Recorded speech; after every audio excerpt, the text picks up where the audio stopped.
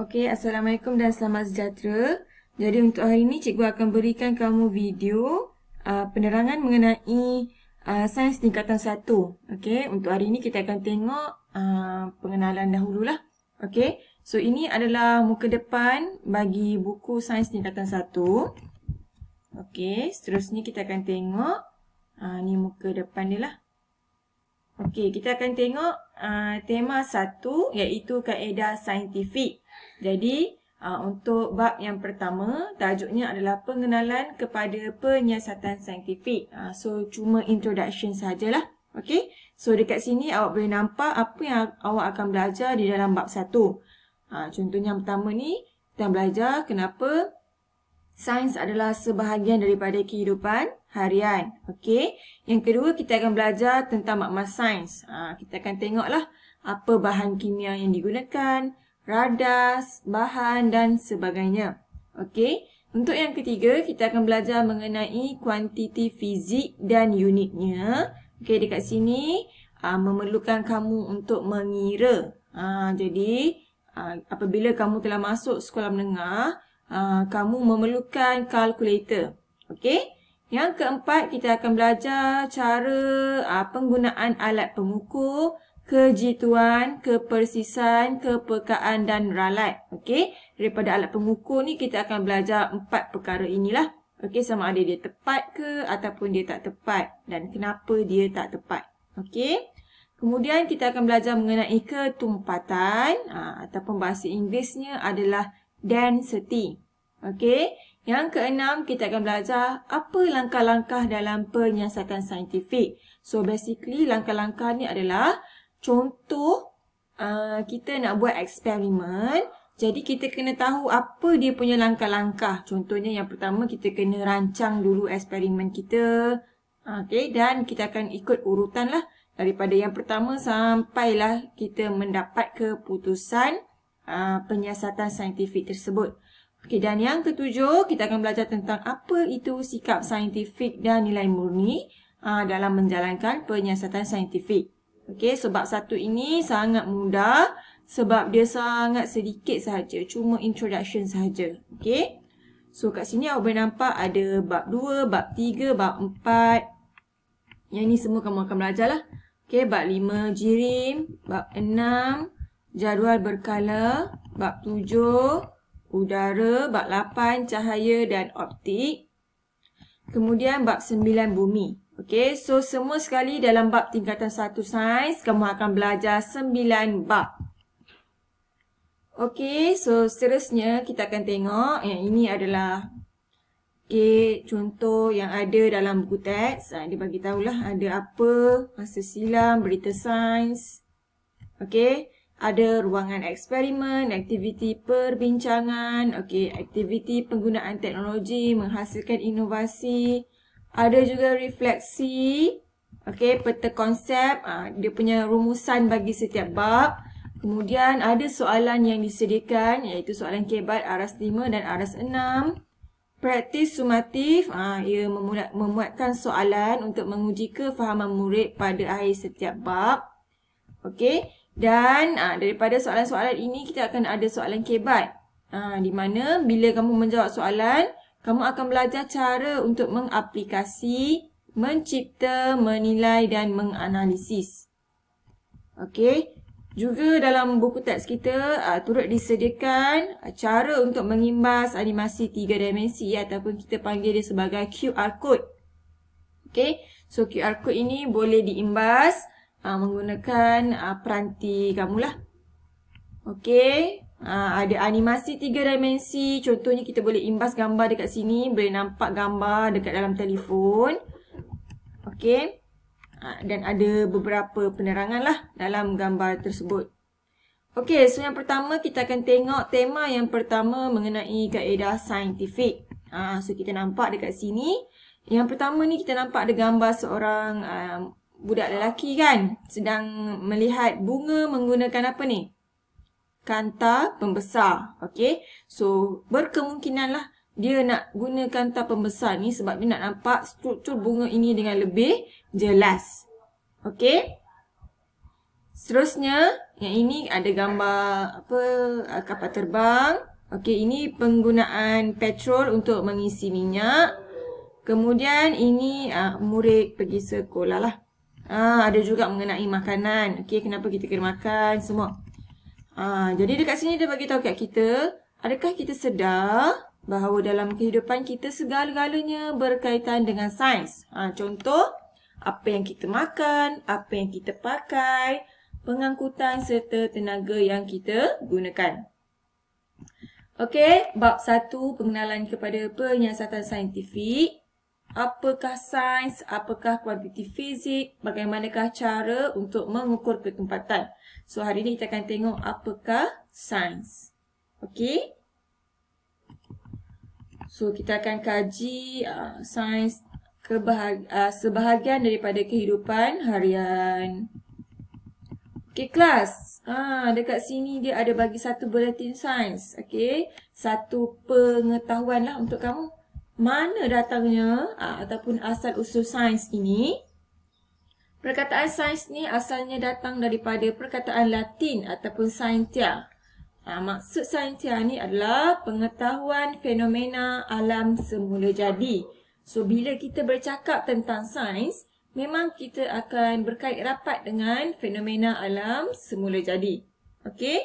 Jadi, orang-orang zaman dulu, kebanyakan dia, masa tu mungkin belum ada buku lah. Okey? Dan apabila ada kejadian semula jadi, contohnya macam pelangi ataupun petir, mereka akan memberi penjelasan tentang cara dan faktor kenapa berlaku kejadian tu.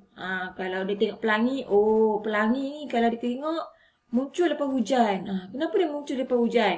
Dia buat assumption sendiri. Macam itulah. Okey. Tetapi pemahaman mereka ni selalu dipenuhi dengan unsur mitos dan kepercayaan.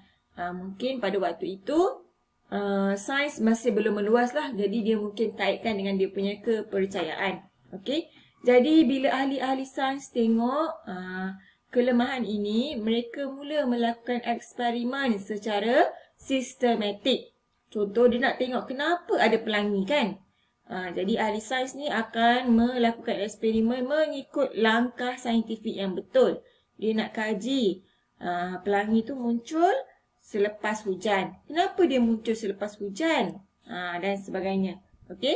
So, bila kita dah melakukan eksperimen, ini membolehkan pengumpulan data yang digunakan untuk membuat kesimpulan proses kejadian fenomena tersebut. Contoh macam pelangi tadi, barulah dia dapat simpulkan bahawa sebenarnya pelangi ini muncul kerana berlaku pembiasan cahaya selepas hujan. Okey, contohnya macam itulah.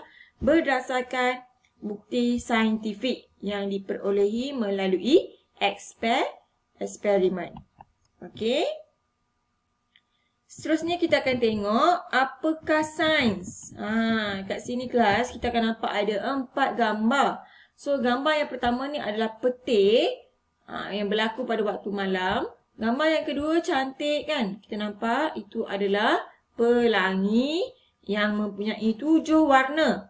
Okey. Gambar yang ketiga adalah gambar, dia bukan hujan sebab dia nampak macam water droplet kan, macam titisan air. Biasanya ini berlaku ketika embun.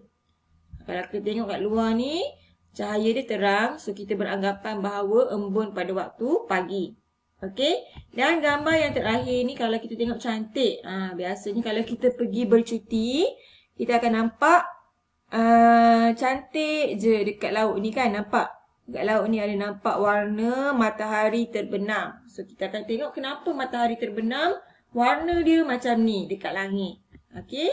So, keempat-empat gambar ini adalah fenomena alam sekitar. Semua ni yang berlaku di sekeliling kita. Sama ada kita sedar ataupun secara kita tidak sedar. Okey? Jadi, sains ni dia akan membuktikanlah bagaimana setiap fenomena yang kita dah bincangkan keempat-empat gambar ni berlaku sebenarnya. Jadi dia sebenarnya sangat menarik. Okey?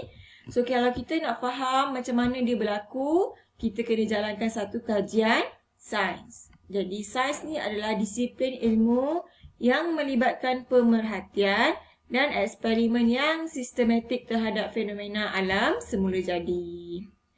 Okey, ini aktiviti kehidupan seharian kita. Mungkin sekarang kamu berada dalam situasi yang pertama. Sedang mendengar penerangan cikgu menggunakan laptop ataupun menggunakan telefon. Tapi dekat sini kita nampak menggunakan laptop ni, murid-murid kecil, anak-anak kecil dah mula pandai menggunakan laptop daripada kecil lagi kan. Okey. Gambar yang kedua, ada keluarga menggunakan telefon ataupun peranti pintar ini untuk mengambil gambar.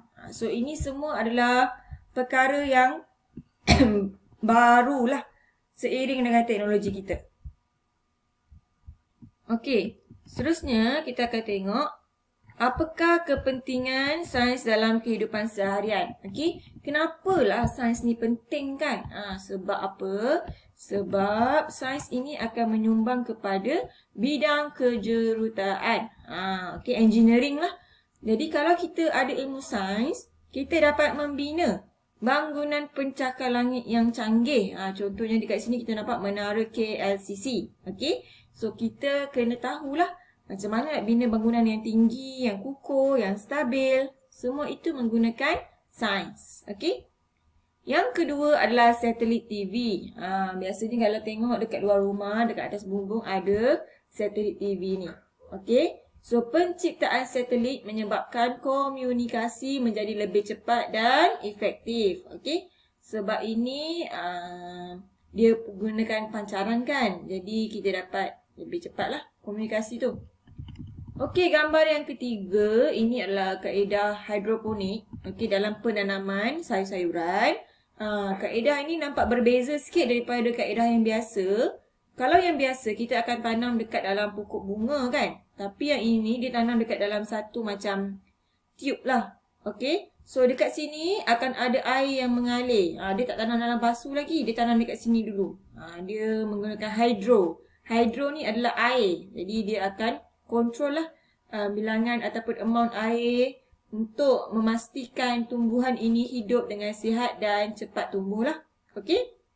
Jadi kaedah ini dapat meningkatkan hasil tanaman dengan penemuan baja, racun serangga dan penggunaan kaedah hidroponik. So kalau kita ada ilmu sains yang tinggi, kita boleh buat baja yang sesuai untuk kita punya tanaman. Contoh kita nak pokok kita ada banyak buah. Jadi kita boleh hasilkan baja khas untuk buah.